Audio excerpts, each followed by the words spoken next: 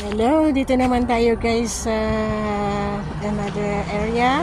Ayan si Mr. and Mrs. Rhinoceros and the tallest, prettiest Mr. and Mrs. Giraffe. Hindi ko na alam kung anong pangalan niyan guys na isa.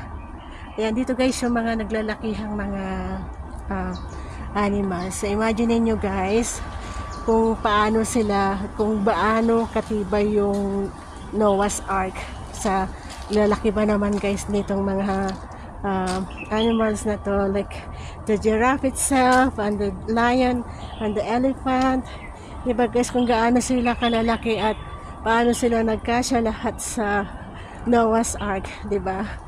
Ayan, so si elephant guys, ang ganda. Yan, ano ko sa inyo para makita nyo siya kung gaano siya kalaki. Ayan, ayan sila. Ayan, lion. Ito naman si yan. Hindi ko na alam guys yung mga pangalan nila. So kayo na yung ano i-comment below kung ano yung mga ito is anteater. Yeah, ito alam ko ito sa anteater. Ito is it leopard or yan, wala kayo. So dito pa tayo sa kabila. Balikan natin siya.